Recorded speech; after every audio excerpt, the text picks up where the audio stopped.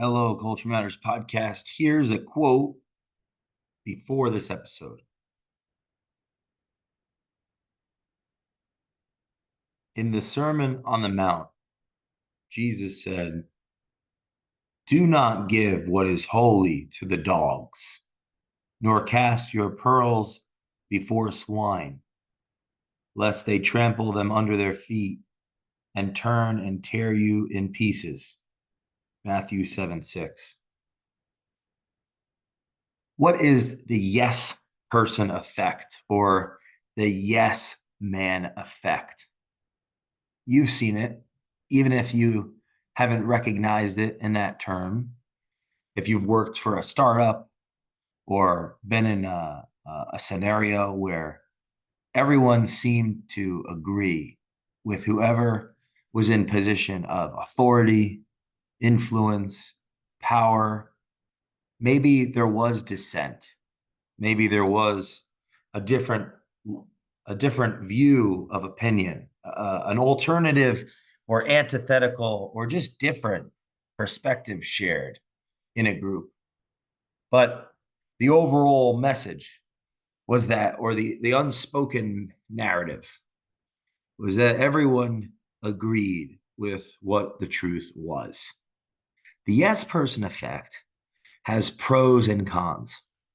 Pros in the sense that, well, for a time period, let's say that we're all getting bombed out by the enemy and we're in the same squad, it would likely be, and we're at war, it would likely be helpful for us to all agree to go the right way, the safest way, the way that's going to make sure that we're not all dead in a couple seconds, or sooner than we can, dead before we could have a conversation, a democratic conversation, an open dialogue on which way the right way is to go to avoid death, our demise. Now, the hope would be in a life and death scenario, if we're all going the same way, that whoever we're following knew the right way. They had information we didn't. They had foresight we didn't, and they were we trust that information. Now, what happens if we go to the wrong way?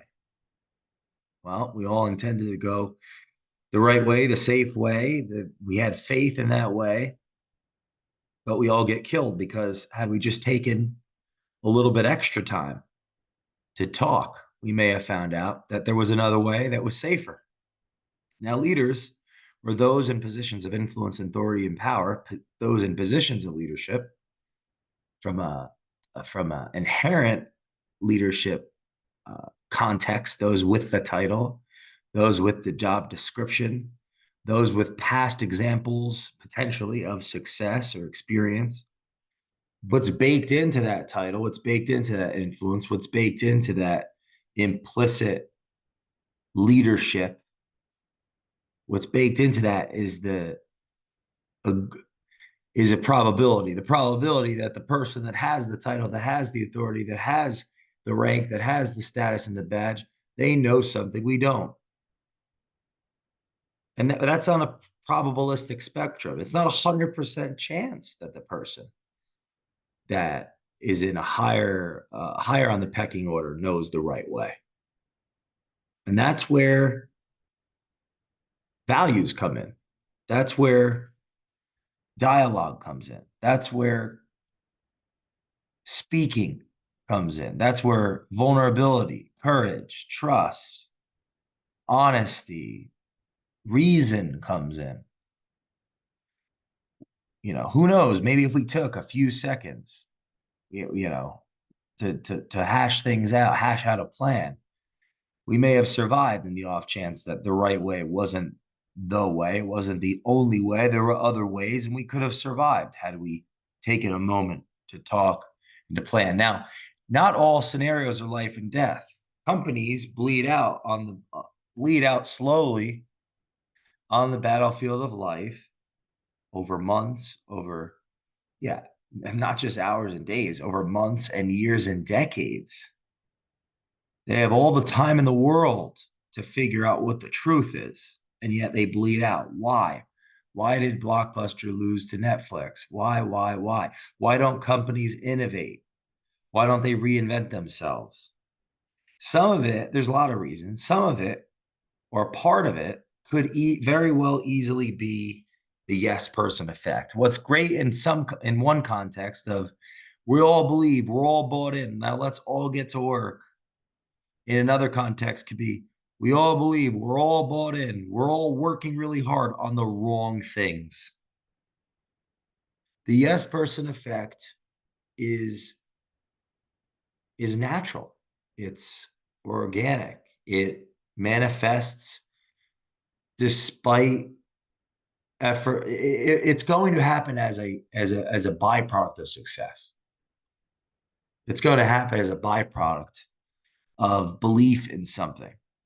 It's up to the people in positions of authority, influence, and power to balance that yes person effect, that buy-in, that belief with values that create honesty. Uh, the speed of information to go from the bottom of the hierarchy to the top of the hierarchy, from the bottom to the top.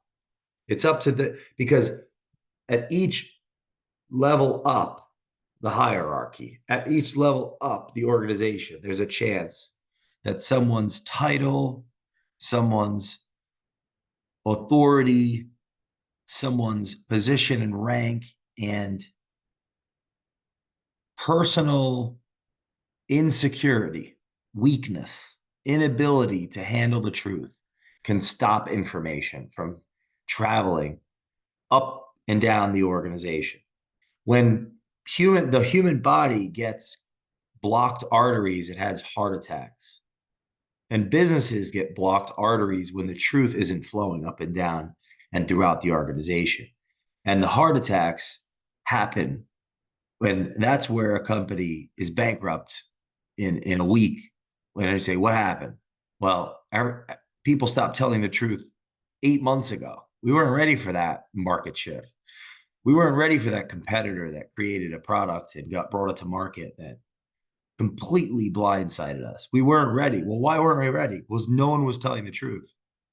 And so no one was thinking. And so no one was acting. And most of the time was spent in meetings that were way too long on things that didn't even matter because no one was listening that had authority, influence, and power. It was only ego conversation, only justification, only rationalization. It was only personal attacks. It was only name calling. It was only fear and trembling. It was only cowardice. It was only shame. The weak, the ill-informed, the arrogant, the resentful, the deceitful person in a position of authority, influence, and power clogs the organization of information. There are negative consequences interpersonally for telling the truth, meaning for sharing one's thoughts, meaning for having the courage and in turn the vulnerability to speak what one thinks and be judged before the crowd. The insecure, the weak, the arrogant, the resentful, the deceitful person in a position of authority, influence, and power will seize those moments and perceive them as dissent, perceive them as an attack, perceive them as what they are not, which is coming against them. It's an act of arrogance. It's against the boss. It's against the person with the title and the rank and the authority influence, as opposed to it being for the organization, for the betterment of the group, for even that person, for their betterment, for creation and construction and creativity and innovation and flourishing. No, it's taken personally and it's defended. And the way it's defended, the title, the influence, the authority is defended. One of the things that happens very naturally in a group of people are that those that are not modeling the group's uh, yes or radical agreement to the confirmation bias of the person in a position of authority, influence, and power, they are seen as the enemy. And now the organization is eating itself. It's competing within itself. It's not cooperating through teamwork to compete in the marketplace. It's actually eating itself and competing internally. And those that are in positions of authority, influence, and power, they're the ones that make uh, it okay to say what people to say what one thinks. That they're the ones that start the domino effect of values being taken seriously. The positional leaders responsibility uh, responsibility responsibilities are to sow the seeds of trust by not only doing their job, by acting out their roles and responsibilities, but acting out the implicit leadership role and responsibility, which is to listen and to enable truth to occur, people to say what they think, what they feel, and to participate in the cooperative creation of the organization. And insecure, weak, ill-informed, um, arrogant, resentful, deceitful leaders do not do this. They are not able to do this. What they do instead is alienate those that say what they think. They alienate them. They will shame them. And to be clear, this happens uh, oftentimes without even the intention of those in positions of authority, influence, and power. Oftentimes because it's the Peter. I believe it's the Peter principle, where people are elevated or promoted to their highest level of ignorance. Think about it. Someone exceeds a very high level at a role, a responsibility. Now they get promoted to the next level.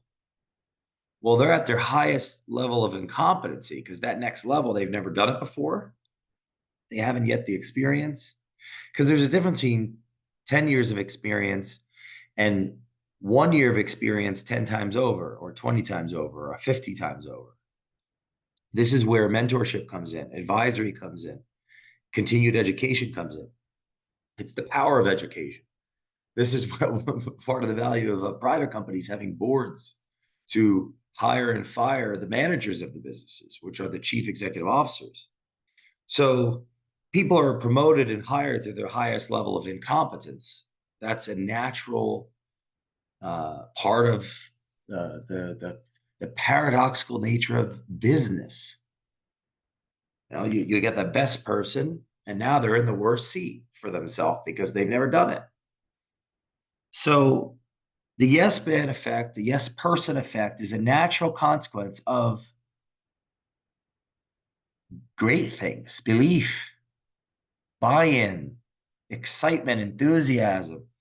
Oftentimes, that will naturally manifest as a byproduct of the cult of personality of any founder of a vision of what's possible. We believe in people that have demonstrated something that we aspire to, an idea, a behavior, a combination, and that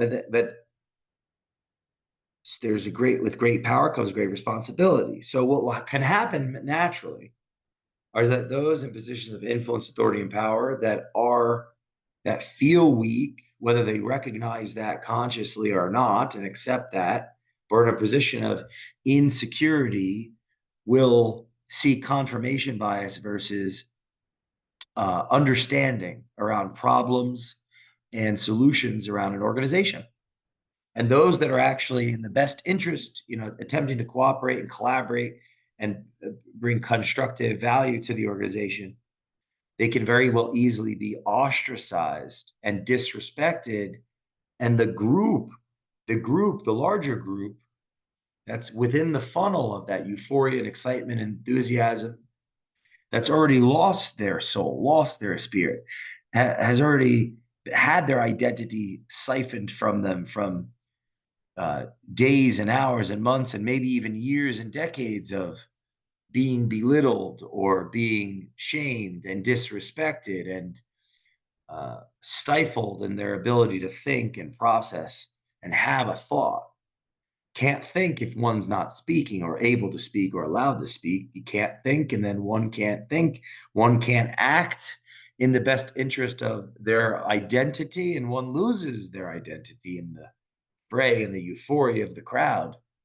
And as souls are stolen, having been siphoned off over time from that tyrannical leader or tyrannical individual in a position of authority, influence, and power, more and more energy is feeding on that hatred, on that resentment, on that deceit, and on that, and in a spirit of arrogance that any individual coming from a standpoint of contribution, creativity, collaboration will be sucked into the tsunami wake of deceit and arrogance and resentment and pain. I would challenge everyone that's listening to this to go watch Pinocchio. Pinocchio, there's an island where there's this man who, uh, Pinocchio goes to this island. There's all these boys that are attracted to this island. And after spending enough time there and, goofing around, they end up becoming jackasses. This happens to men and women alike in businesses every single day, as those in positions of authority, influence, and power do not give them the ability, don't cultivate the opportunity to think or to tell the truth, to think and to act in the best interests of the organization. They become jackasses. They become fools. They become dumb and dumbed down. And if you're finding yourself in any of these types of scenarios, be aware that what you can do, actually, it's some great advice and beyond order. I believe it's rule 4, 5, and 6. Rule 4 would be notice that opportunity lurks where responsibility has been abdicated. Rule 5 is do not do what you hate. Rule 6 is abandon ideology. You want to abandon that ideology, show up and do the best dang job you possibly can. Tell the truth. It's better to get fired for being in alignment with your values, to be of integrity, be respectful, be honest, be professional. It's better to get fired than to quit, than to tuck your tail between your legs and shrink back. And this is my opinion. It could be argued for, and that would be a great debate, great argument, great constructive dialogue. But I would challenge you to do the best you can to speak up for yourself with respect and dignity, and not let your soul be siphoned off as over time, slowly, as you lose the sense of who you are and your own identity within an organization that you love and you hate. You think, what if is Jay talking about? If you've worked for corporate America, this may be something you've experienced, or at some level, if you haven't, God bless you. And I have not only read and studied for going on 12,000 hours or more rather, but that having worked in the trenches and businesses for now over a decade, 33% of my life, that's all I've ever done is work in businesses, advising and consulting. And I see it. It's not just book knowledge and study, but I have experienced it and been successful at actually making it, improving these scenarios, helping these scenarios, healing these Sick companies, people get sick, they go to the doctor, they get medicine. Companies that get sick, they call people like me, much smarter people than me, more experienced people than me, and hopefully you or your contacts, connections in the future, you'll be calling future me after this is long out for years from now, and I'll be able to help a sick Fortune 50 company that you're saying, oh my God, they're suffering from something like this. We can't be ourselves. We can't say what we think. Nothing's getting done. It's bureaucratic and political, and everyone's out for themselves. People lie constantly. People don't say what they think. People are afraid of their boss. Everything is backwards in an organization like that. Reality itself actually is changes. Everyone is looking. Everyone is looking at the same thing through naturally through different lenses. But when the truth is there, you can see it's like we all see almost the same thing. When culture is what I just explained, it's nowhere near close for those on the minority that are closer to the truth. Those that are the majority that are farther away from the truth, they all see the exact same thing, so exact that it doesn't make any sense. That's an ideology. The minorities, the outliers, those that get crucified and destroyed as the evildoers, they're they see it exactly the way it is. And the backwardsness of the cult would be that they are the evildoers. That's why Kierkegaard said, or this is a way to leverage that interpretation for some of the value of its meaning. When the tyrant dies, his reign ends. When the martyr dies, his reign begins. So the tyrant can't handle the truth. The tyrant bends the truth. The tyrant will undermine the truth. And the truth is represented in honest candor, honest, forthright dialogue. And there's a spiritual act happening. People say what they think. It is an act of vulnerability. It takes courage to do so. Now there's going to be dialogue back and forth. It forces others to live the truth, to be confronted by the truth. And when those in positions of authority, influence, and power are unable to confront the truth, they're actively deceitful and arrogant, there's going to be they're not going to respond to it. It's going to turn into something diabolical, something personal, something egregious, something tyrannical that no one, if they been on the other side of it, they would not put up with it. They would not be patient and meek and humble and loving and compassionate. They would likely be angry and volatile and so on and so forth.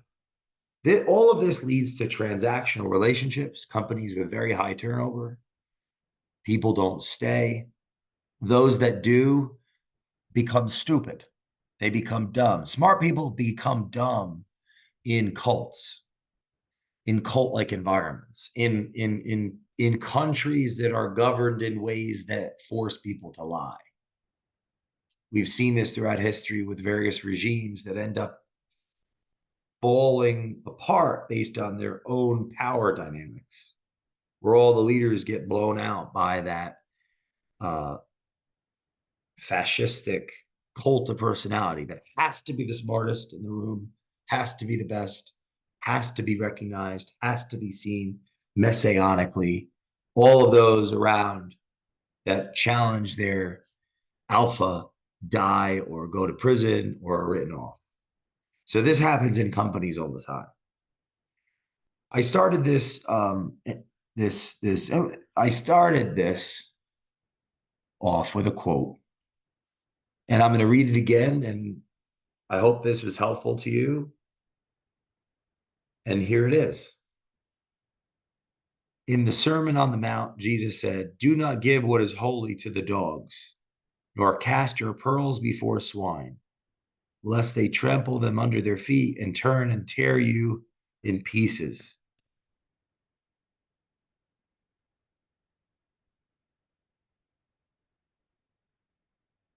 My challenge to you listening, just like I'd give myself, is I could speak to myself. I have to remember that I have to remember that as I become more successful, because the idea is to take people with me, that they don't become dumber along the way, less honest of me, less thoughtful, more afraid of me. I want to make sure there are things I want to bring with me. There are things that as I become more successful, socially, economically, in every way you could think, that there are things that I keep that I don't lose. And there are things that I cast away. And it'd be easy to just give you advice, say, don't become the tyrant. It's like that would be easy for me to say to you. I would argue that would be, if I'm not talking about myself and at least recognizing that I can become the tyrant, then I'm missing the forest for the trees. I'm missing the opportunity because I could easily convince myself that I'm okay because I'm talking about this and thinking about this, and then have a higher likelihood to think, or I'll be more likely to think that I'm not susceptible to what I'm saying, that I observe and I've observed, when in fact I am. I've done it. I could easily do it right after this is over. And it's a part of the human condition. I'm susceptible. I'd rather not be. God help me, and God help you, because this is a part of life. And the more that people, the more opportunity that we get, that I get, that you get, that successful people get, the bigger challenge to our values. And so the question becomes, will I be strong enough to keep my values? I say to keep my values, as if I'm as virtuous as I think I am today, you know? So I guess the challenge is, can I be aware and can I grow into a good leader, a great person that has the ability to burden the success, the power, the influence, the authority, the responsibility to serve? Can I actually avoid? Can I avoid this from happening? I don't think I can. I need to battle it. I need to not be afraid of it. I need to welcome the opportunity to serve and stay true on the path. And if you are listening with me, be careful when staring into the abyss, because the longer you stare, the more it stares back into you. Nietzsche.